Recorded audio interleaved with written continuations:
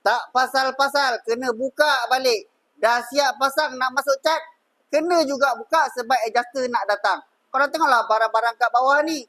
Kan Abang Jubah kena susun, kena cari, kena pamerkan balik barang-barang dia ni semua. Macam kes ni, insurans menghantar adjuster diorang untuk membuat investigate ataupun untuk membuat survey. Proses tuntutan ke atas insurans ni mudah je. Cuma kadang-kadang kita ni sebagai pengguna dimomok-momokkan oleh bengkel ataupun orang yang berkepentingan mengenai tuntutan klaim kita. Sebenarnya pada Abang Jubah mudah sangat. Kalau kita tahu flow dan SOP tuntutan ke atas insurans. Untuk perkongsian dengan korang, ada dua cara untuk insurans meluluskan permohonan atau meluluskan tuntutan klaim korang. Yang pertama adalah desktop survey dan yang kedua adalah adjuster survey. Abang Jubah terangkan dulu cara dan proses tuntutan bila adjuster datang untuk buat survey. Yang pertama, selepas owner hantar semua dokumen-dokumen tuntutan ke atas insurans,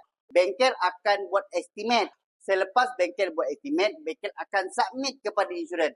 Insurans akan assign case tu kepada adjuster lantikan mereka. Bila dah assign kepada adjuster, barulah adjuster akan datang ke bengkel untuk mengambil gambar-gambar kerosakan bagi kereta dia. Manakala untuk in-house survey, korang komen lah dulu part 2. Panjang sangat video ni. Kalau korang nak claim insurans kereta korang tak apa ada masalah, korang renew insurans korang dengan Abang Jubah. Jangan lupa DM. Macam biasa korang kalau sana tak tahu dan tak ada workshop datang kereta korang untuk buat claim insurans, cash repair, korang boleh terus datang ke bengkel KHW Niaga, pakar tuntutan insurans kemalangan anda. Kita jumpa ke next video. Assalamualaikum.